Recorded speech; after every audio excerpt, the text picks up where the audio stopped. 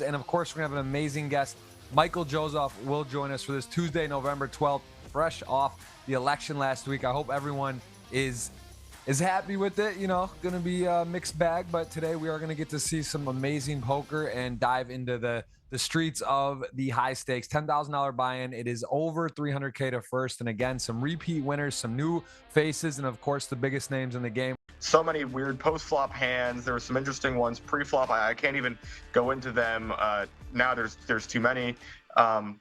Post-flop, pre-flop, lots of spicy players. You know, I mean, I guess to the average poker fan, I guess you would say that some of these guys, you know, with some exceptions, you maybe haven't heard their name. People are winning bracelets still, so I think it's still going. If it's not, then it like just recently ended. But there's a lot of bracelet stuff. There's a lot of like the Pennsylvania stuff, as you were saying, the Michigan stuff, you know, the Nevada, New Jersey stuff. So yeah, 9-8 suit is a really good open jam here. Nothing really else to do. Swing here for everyone. 8-9 suited, ace-7 off. The Brazilian going to pair the 8 now. He's going to have to fade the ace and the ace only. You can see only about 7% chance. The river non-ace, the 8, just in case. Elke clap over there as we see our first player go, how he approaches the spot. And again, there will be times where there's no way out, right? You're not going to fold. You're going to have to call that and then maybe continue with most rivers and pay it off. So yeah, interesting spot here. Martin Finger, two Austrian flags, pretty good here. Oh, whoa, snap call, no waiting. Martin Finger not thinking about what could be or whatever. He finds himself in a good spot, and he has got a nice flop. 4-5-6, turn 8, chop possibility. 7 would go ahead and put the chips back. Other than that, needs help, and that is not it. As Chris Frank going to go ahead and get his start, which was fast. Aces the 10. The one thing I think I've seen from FilthyTriple is he's a little bit on the tighter side when it comes to really taking everything that he's allowed to take with the chip lead. And that doesn't necessarily mean opening. I think he's finding all the opens. But when people open, you get to flat some stuff. So I think it was him that folded the 7s with the chip lead on the button. Here he folds a 7-6 suited. 7-6 suited is a pretty reasonable fold, but you do get to flat, you know, a decent bit wider here when you cover everyone by 2x. The 7-6 suited here actually would have made a straight. Interesting. We got the flush draw here against the top pair. Yeah, 6-7 suited though with that that stack size. There's not much. You're not getting involved. I mean, at that stage, flatting or some playing. Would you? Was there? I mean, where would you consider playing that 6-7 suit on the button? Yeah. So obviously, like everybody knows that, you know, you don't want to play those beautiful 7-6, 6-5 suited hands as much at FTs. You want to play more blocker related stuff. And that's like sort of the general heuristic. But there are situations where even pretty short stacked, having the advantage of the chip lead and having the advantage of position enables you to play some hands like 7-6, 6-5, 5-4 suited by flatting the button at some frequency, even when you're like 20, 25 bigs deep, just because you're pretty unlikely to share cards with those. You get to really dominate that middling part of the boards. Like you have really good board coverage around that area of it.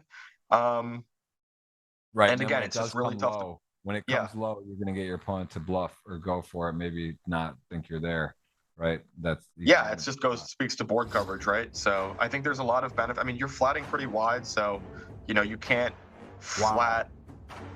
Wow. He flats turn and then jams the river on the 4. I mean, that's wild. This is insane. Is a crazy line. Is this just player dependent? I mean, is he actually going after a king?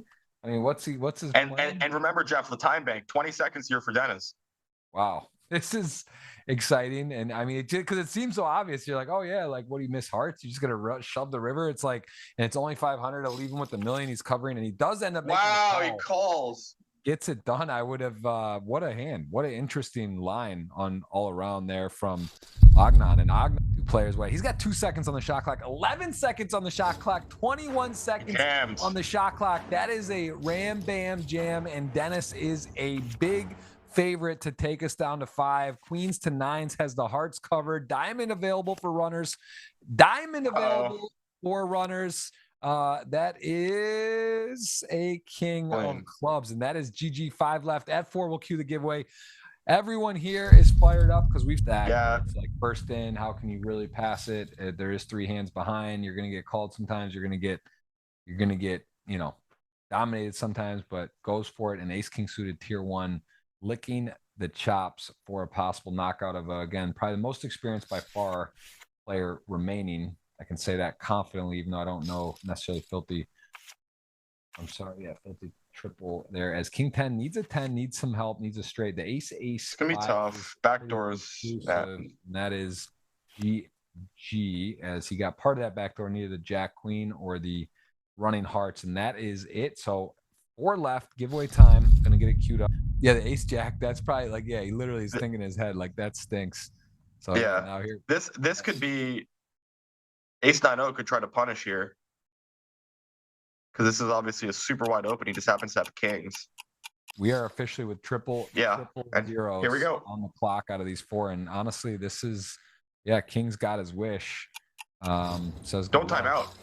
Yeah, right. Emoji. He was doing the emoji, like Jesus. Or does he want to?